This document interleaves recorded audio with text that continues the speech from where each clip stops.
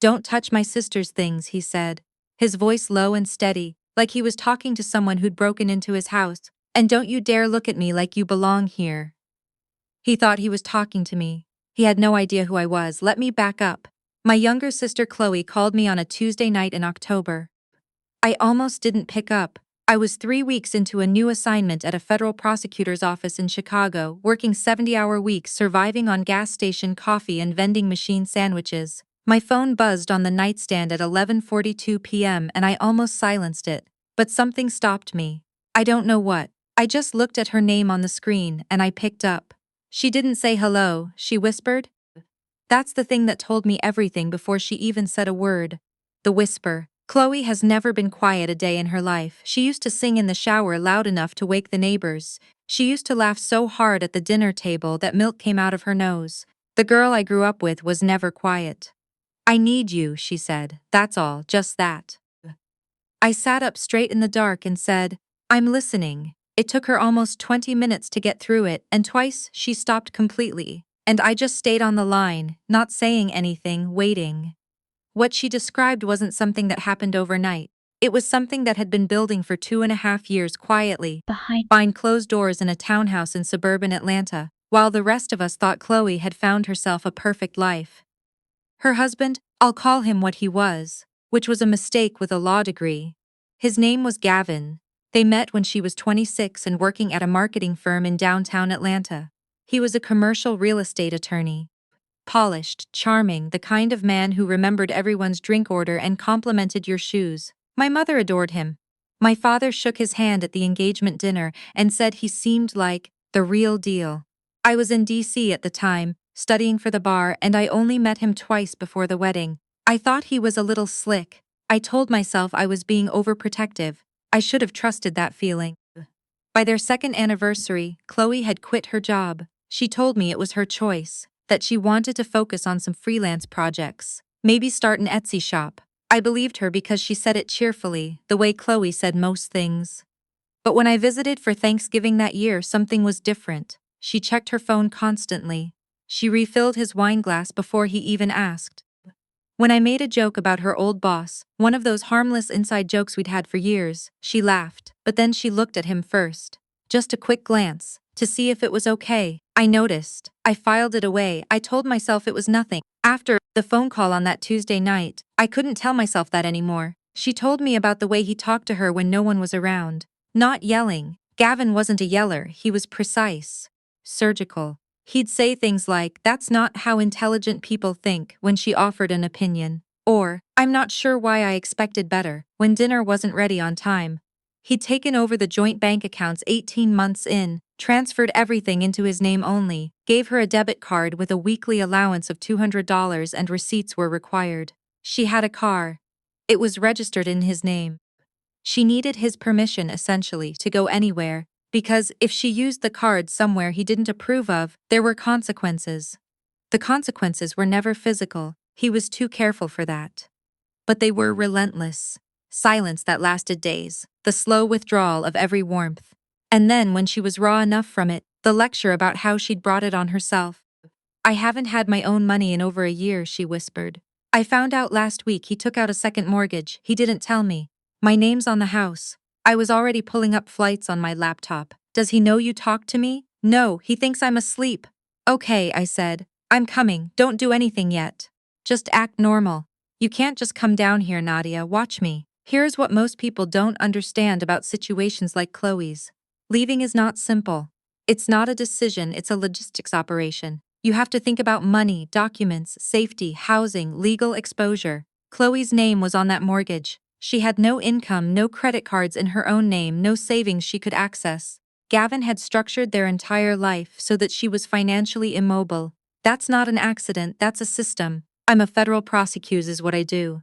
I took 4 days of personal leave and flew into Atlanta on a Thursday afternoon. I didn't tell Gavin I was coming. I texted Chloe when I landed, "I'm here. Does he travel for work?" She texted back, "Conference in Charlotte Friday through Sunday." I texted, "Perfect." I checked into a hotel downtown and spent Thursday evening making calls.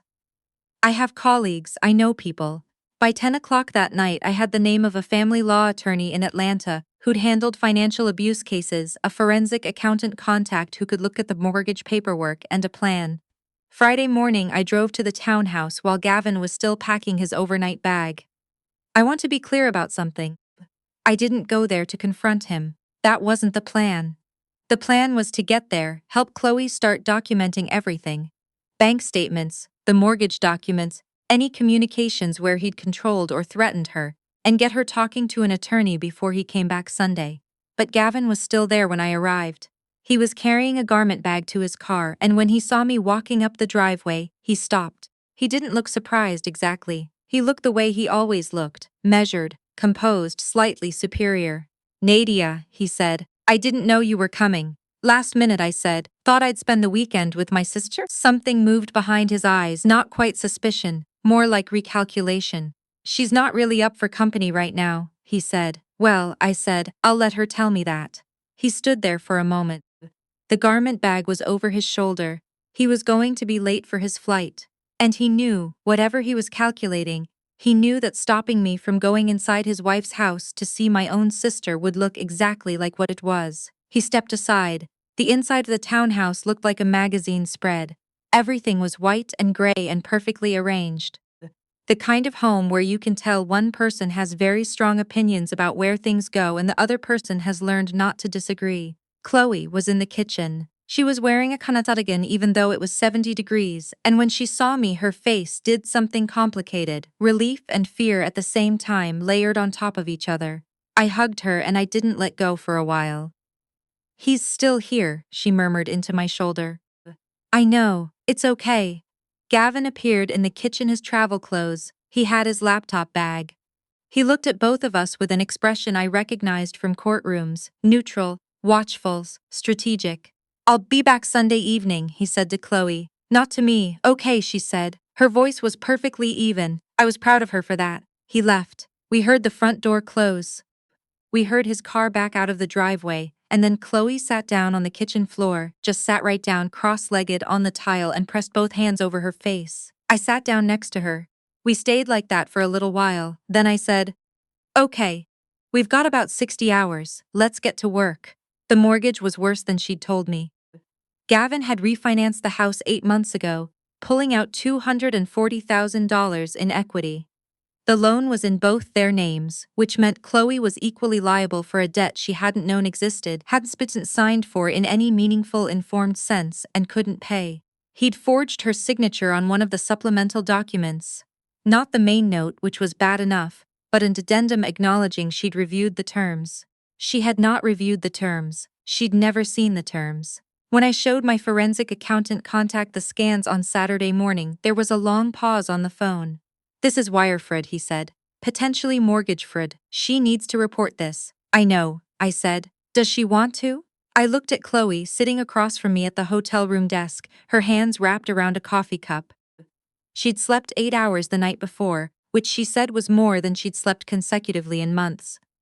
There were circles under her eyes, but she was sitting up straight. She was starting to look like herself again. "Yes," she said. Before I could relay the question, she'd heard him through the phone. "I want to. Here is where I need to tell you about the plan that was not the plan." The original plan was clean and legal and involved attorneys and documentation, and a very orderly exit strategy. Chloe would have what she needed. The mortgage fraud would be reported through the right channels. She'd leave before Gavin got back from Charlotte, or if she couldn't, she'd have enough documented to make staying temporarily manageable while the legal process started. That plan was working. And then on Saturday afternoon, Chloe's mother-in-law called. I need to explain something about Gavin's mother, whose name was Sylvia, and whose role in all of this was not small. Sylvia was 71 years old, lived in Buckhead, had money, had opinions, and considered her son to be the pinnacle of human achievement. She called regularly to check up on the household in ways that were presented as maternal concern and were actually surveillance. She called Chloe dear, in a tone that meant the opposite. When Chloe's phone rang and I saw Sylvia's name on the screen, I said, "Don't answer." Chloe said, "If I don't answer, she'll call Gavin and tell him something's wrong." I thought about that. "Answer it," I said. "Put her on speaker." What Sylvia said was this. Gavin had called her. He was cutting his Charlotte trip short. He'd be back Saturday night, not Sunday, And he wanted Sylvia to come over and make sure Chloe was settled, which was the kind of thing you said when you wanted to make sure your wife was still in place. When Chloe hung up, we looked at each other. "How long do we have?" she said. I checked the time. "He's probably already on the road, 3 hours, maybe less." Chloe stood up. She walked to the window. She was quiet for a moment and then she turned around and the expression on her face was one I hadn't seen in years, the one she used to get as a kid when she'd decided something, certain and a little dangerous. "I want to be there when he comes home," she said. "Chloe, not me," she said. "You. We are not identical twins. I want to be clear about that. We don't look identical. But we are sisters close in age, with the same dark hair and the same brown eyes and the same general height and build." And Chloe's townhouse had very dim lighting in the entryway, which Gavin had always apparently kept that way because he liked the ambience. Gavin had been traveling since Friday. He was coming home tired and probably already irritated about something. And I was a federal prosecutor who had, in my professional life, learned a great deal about how people see what they expect to see. Chloe took a rideshare to my hotel with her documents, her medications, her grandmother's ring, and the 2 things from the house she said she couldn't leave without: a photo album from before the marriage and a stuffed rabbit she'd had since she was 4 years old. She was going to stay in my hotel room. I went back to the townhouse. I was in the kitchen when I heard his key in the lock. He came in the way I imagine he always came in, not loudly but with weight, the kind of presence that changes the air pressure in a room. I heard him put his bag down. I heard him hang his keys. Then I heard his footsteps stop. I was standing at the kitchen counter with my back to the entryway, the way I'd seen Chloe stand 100 times, and I didn't turn around. I was looking down at a glass of water. "You're in the kitchen," he said. His tone was slightly off. Not suspicious yet. Processing. I didn't answer. I said I'd be back tonight. His voice had an edge now. "Why didn't you have your phone on?" I turned around slowly. He looked at me for about 3 seconds, and then his face changed. "What?" He stopped. "Where is she? Where's Chloe?" "She's not here," I said. I watched him recalibrate. He wasn't scared. Men like Gavin don't get scared easily, they get strategic. He looked at me the way he'd at opposing counsel for years, calculating, assessing, figuring out the play. "Nadia," he said carefully, "what did you do?" "I helped my sister," I said. "That's what I did. You need to tell me where she is." "Don't actually." He moved toward the kitchen, and I didn't move. I want to say that clearly. I did not step back. I have stood in front of federal judges. I have cross-examined witnesses who didn't want to talk. I have argued in rooms full of people who wanted me to feel small. I did not step back.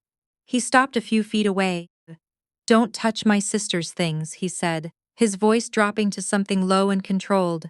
"And don't you dare look at me like you belong here." He thought the posture would land the way it always did.